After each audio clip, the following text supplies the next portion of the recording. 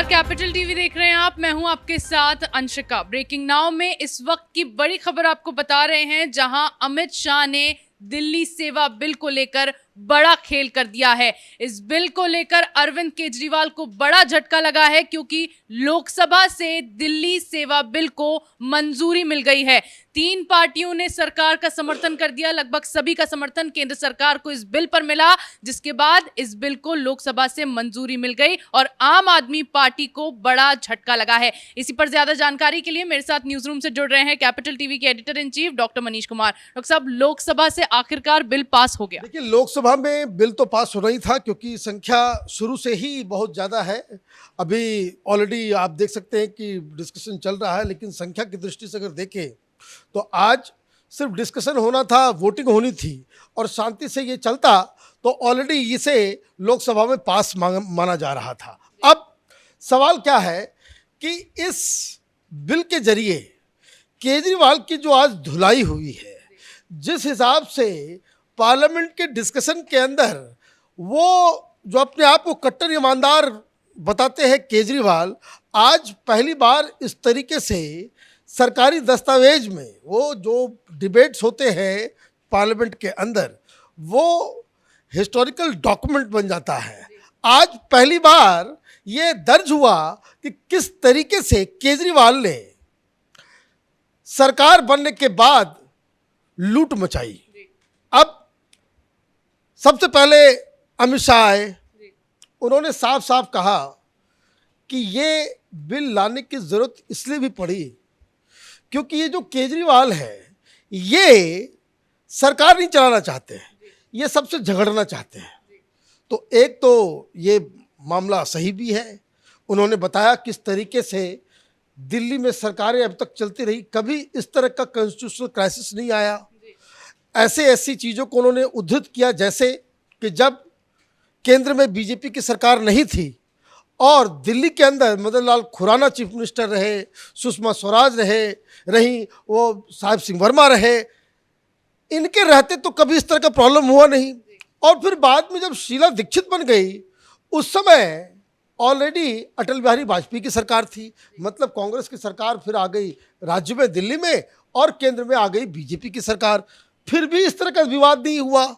और अब जब केजरीवाल आए हैं तो केजरीवाल की वजह से, क्योंकि ये सब चीज़ से लड़ना चाहते हैं। दूसरी चीज़ जो उन्होंने बताई कि ये व्यक्ति इस तरह के अधिकार का गलत इस्तेमाल करना चाह रहा है अपने तमाम भ्रष्टाचार को। और पार्लियामेंट के अंदर आज पहली बार शीश महल की गूंज सुनाई दी।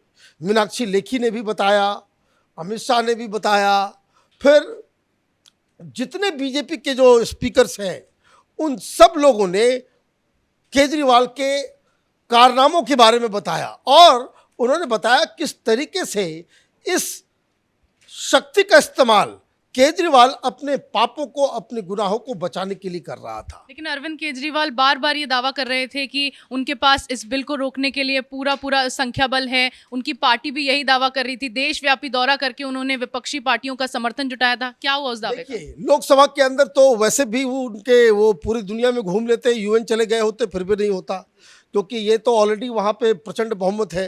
राज्यसभा को लेकर के है, लेकिन राज्यसभा में भी आज उनको बुरी खबर आ गई, क्योंकि अब क्लियर हो गया है, चाहे वो बीजेडी हो, वाईएसआर रेड्डी हो, या फिर टीडीपी हो, ये तीन पार्टियों ने सरकार के साथ जाने का फैसला कर लिया है। इसका मतलब ये बिल राज्यसभा में भी बिल्कुल बिना किसी दिक्कत के ये पास हो जाएगा। लेकिन जो बहस का जो मुद्दा है, अब आपने कहा कि भाई वो दावा कर रहे थे, आज क्या दावा कर रहे थे? शुरुआत में उन्होंने दावा किया कि भाई हम तो हरा देंगे, ये सेमीफाइनल है, मोदी को हरा देंगे और सब कुछ जो है वो 2024 में मोदी की सरकार की हार की ये शुरुआत हो जाएगी। फिर इन्होंने कहा कि नहीं, देखिए भारतीय जनता पार्टी के कई सारे सांसद हमारे साथ आ गए हैं और ये वो कह रहे हैं कि भाई ये संविधान की हत्या हो रही है, इसलिए वो लोग जो है वो हमें वोट करेंगे। फिर आज जो है उन्होंने अपना पाला बदला और आज उन्होंने कह दिया कि जो लोग इस बिल के समर्थन में है वो बेसिकली देश में डेमोक्रेसी के दुश्मन बन गए हैं। तो आप ये देखिए, ये बेकार की चीजें हैं। संजय सिंह तो अभी भी कह रहे हैं कि सुप्रीम कोर्ट में ये बिल टिक नहीं पाएगा। भाई, सुप्रीम कोर्ट में बिल नहीं जाता है, सुप्रीम कोर्ट में अलग फैसला होता है। सुप्रीम कोर्ट में जो आपने डाला है उसके ऊपर चर्चा अलग होगी। बिल का पास होना ये संसद के अंदर होता है। अब इसका मतलब कि इतने दिनों से आपने ये जो पंजाब के स्टेपनी चीफ मिनिस्टर के साथ मिलके पंजाब के हवाई जहाज का इस्तेमाल करके आप देश के अलग अलग शहरों में जो आपने घूमने का जो प्रपंच रचा, वो कोई फायदा नहीं हुआ। उससे तो यही हुआ कि लोग आपके साथ नहीं आए। लेकिन जो सबसे अहम मुद्दा जिसके ऊपर चर्चा, जिसकी क्लैरिटी गृह मंत्री ने दी, उनका ये कहना है कि देखिए, ये जो है संविधान में संशोधन किया जा रहा है, ये केंद्र के पास ताकत नहीं है कि इस तरह की चीज़ों को बदल दे। अरे भाई, कानून पार्लियामेंट में नहीं बनेगा तो फिर कहाँ बनेगा? ये सुप्रीम कोर्ट में थोड़ी बनेगा, ये रामलीला मैदान में तो नहीं बनेगा, ये कोई जंतर मंतर में बैठ के सड़कों के ऊपर कानून तो बनता नहीं है। कानून तो पार्लियामेंट में बनेगा।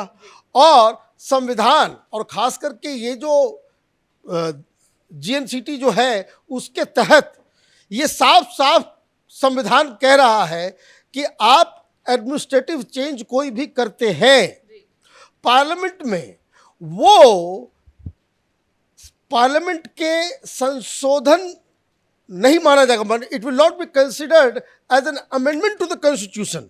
ये साफ साफ ये पोजीशन है। और अमित शाह ने बताया किस तरीके से पॉइंट नंबर 695 एंड 127, ये जो 3 अलग अलग पैराग्राफ हैं सुप्रीम कोर्ट के फैसले में, उसमें ये ऑलरेडी कहा गया कि सरकार चाहे तो कानून बना सकती है। चूंकि कानून नहीं है, इसलिए हम सर्विसेज को हम राज्य सरकार के पास दे रहे हैं। तो ये सारी चीज़ें हैं।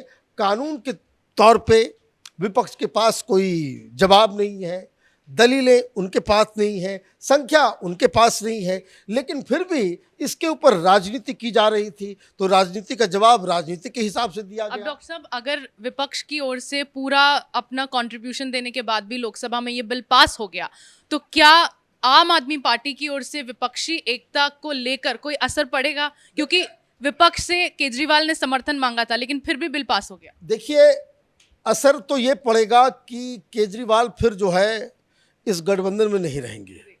केजरीवाल को बनना है प्रधानमंत्री। केजरीवाल बहुत ही श्रूड पॉलिटिशियन है। वो चाह रहे थे कि किसी तरीके से तमाम लोग इकट्ठा हो जाए, राज्यसभा में हरा दिया जाए, लेकिन ये होता दिखा नहीं। अब वो राहुल गांधी के नेतृत्व में कांग्रेस पार्टी के अम्ब्रेला के अंदर वो अपनी राजनीति चलाएंगे, ये तो इम्पॉसिबल सा है। वो लोकसभा के चुनाव में अपने आप को पहले ही डिक्लेयर कर चुके हैं कि let's make India great again. वो 2 साल 1.5 साल पहले ही उन्होंने अपना मुहिम जो है वो हरियाणा हिसार से उन्होंने शुरुआत कर दी थी कि हम प्रधानमंत्री बनेंगे। गुजरात में जब रिजल्ट आया, जब इनको नेशनल पार्टी का ओहदा मिला, तो मनीष सिसोदिया ने प्रेस कॉन्फ्रेंस करके कहा था कि लोग पूछ रहे हैं कि 2024 में मोदी वर्सेस हु, तो मोदी वर्सेस हु का जवाब आज मिल गया। अब हम नेशनल पार्टी बन गए हैं, तो मोदी वर्सेस अरविंद केजरीवाल 2024 का चुनाव होगा। ये सारी बातें ये लोग कह चुके हैं। और ये सब कहने के बाद आप यू टर्न अगर आप लेते हो, तो आजकल का तो ज़माना बड़ा खतरनाक है। आपने जो बातें पिछले 1 साल में आपने कही या 5 साल पहले आपने कोई बात कही, उसको लोग रिकॉर्ड लगा लगा करके उसको प्ले करते हैं। तो ये सारी चीज़ें हैं। इस वक्त देखिए, अभी मनोज तिवारी जो उत्तर पूर्व दिल्ली के वो सांसद हैं, वो अटैक कर रहे हैं केजरीवाल के खिलाफ, तमाम जो उसके भ्रष्टाचार हैं। देखिए, सबसे बड़ी चीज़ कि ये जो सर्विसेज लेकर के जो 1 सप्ताह के बीच में जो उसके पास सारी शक्तियाँ आई, उसने क्या किया? केजरीवाल ने फाइलें चोरी करना शुरू कर दी। आप जो लोग आपके घोटाले की जांच में लगे हुए थे, उनको जो है आप ट्रांसफ़र पोस्टिंग उनका करने लग गए। आप जो है अपने हिसाब से, उस हिसाब से कि ताकि आपकी पोल पट्टी ना खुले, उस तरह के बदलाव आप करने लग गए। तो ये सारी चीज़ें एक गलत ऑलरेडी आपने कर दिया है।